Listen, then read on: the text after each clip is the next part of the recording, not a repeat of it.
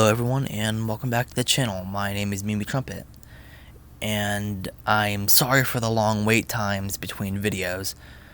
I've had this idea brewing in my head for a while and this is it. It's here.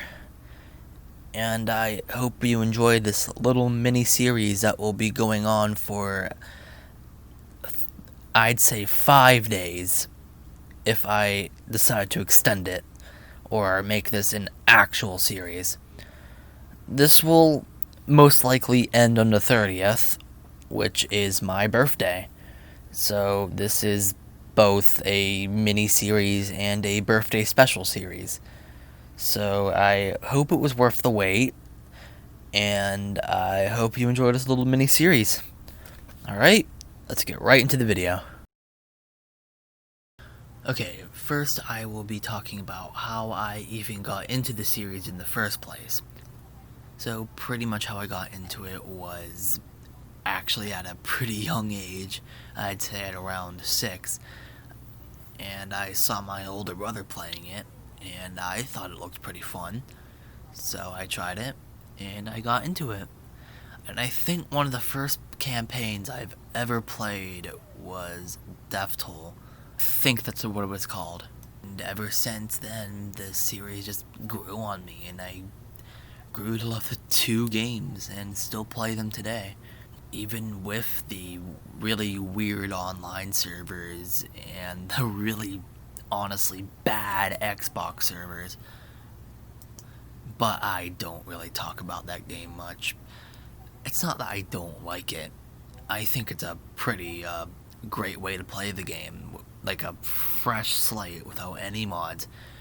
But again, the online mode is kind of toxic in a way, where if you do one thing wrong, they kick you out for pretty much no reason at all. And I went onto Reddit to actually see if this was true, and apparently it's not only happening to me, and it is truly happening to other people, except for me.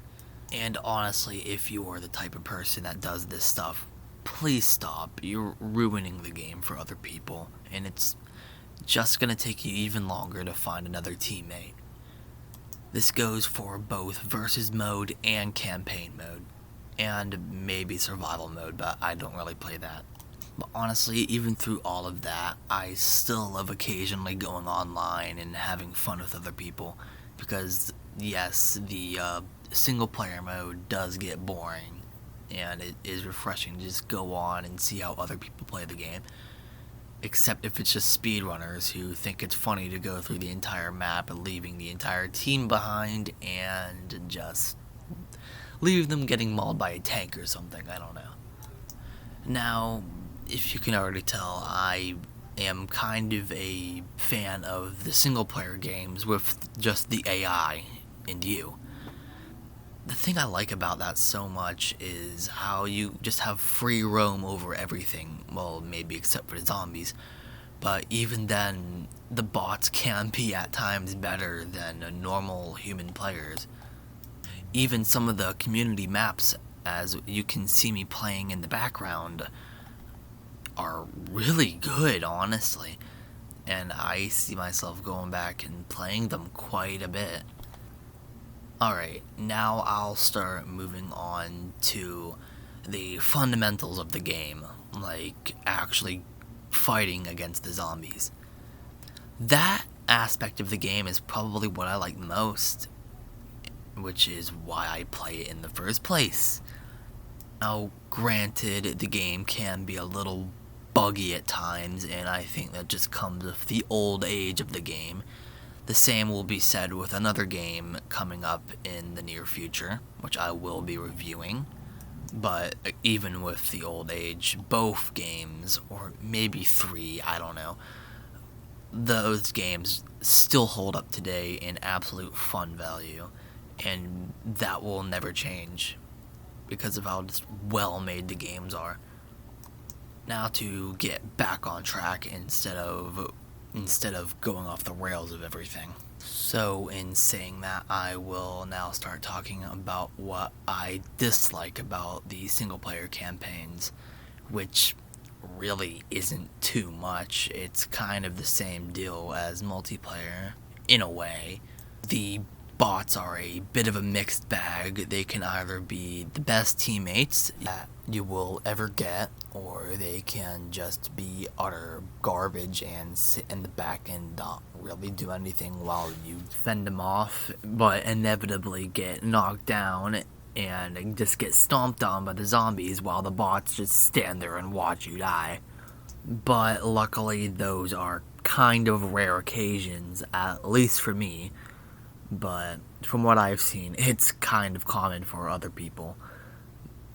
I've seen cases where the bots literally just run out of a window and end up killing themselves on maps like Dead Center or freaking No Mercy. But enough about the bots, on to the last segment of the video.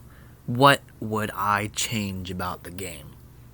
And honestly, I think the game is just good as it is.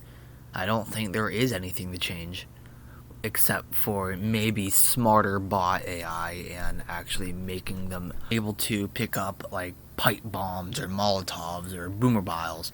They can pick up pills just fine, but I don't know why they can't pick up Molotovs. Well, maybe that can lead to them accidentally throwing them at you and ending up killing you in the process. So that can be debated. And also maybe like make finales a little less choky on maps that have like narrow corridors on the endings or where you get rescued. Say, take a map like the ending of, I think, Coldstream. There are so many tight corridors for you just to be able to get to the helicopter. And when you're trying to get away from, like, tanks or smokers or even hunters, that can be a little bit of a problem. I'd say smokers at least, but even then, if there's a bunch of zombies around you, and a smoker ends up getting you in a tight corridor, that can be a bit of a hassle to get through. And especially if there is a tank that is charging at you and your entire team. And 9 times out of 10, you're gonna get swatted all the way to the either ending of the map or beginning of the map. In the end, it won't really matter anyway, because you'll be knocked down and your team will have to go through hordes of zombies just to be able to get to you. And that won't ever work. Since when has that actually worked? Take something like Death Toll's 4th chapter, for an example. That ending part is probably the most cramped and, I think, downright most, I wouldn't call it unfair, but it can be at times, depending on the special infected and amount of zombies there are around you. It's supposed to be a rush sequence. You're supposed to get to the safe house as fast as you can. But you can't really do that when there's a bunch of zombies and special infected, as I said before, around you. It just doesn't work like that. Especially in Left 4 Dead 1, where there's less guns, you don't have adrenaline or boomerbile, and you have to actually either get lucky or pray to God you don't run out of ammo by the time you get to the safe room, or before you get to the safe room. But I think that's enough ranting. I'm gonna actually end the video here because I think I have spoke about everything I wanted to. I hope you enjoyed this type of video. I was wanting to make this sort of thing for a while now, but I never really found the perfect way to do it, and I hope this is, again, satisfactory enough for you. I will actually be posting maybe 2 more videos today. One of them is a fan game, and the other is another one of these, except it's on a different game. So, look forward to it, I hope. and I will see you all in the next video. See ya!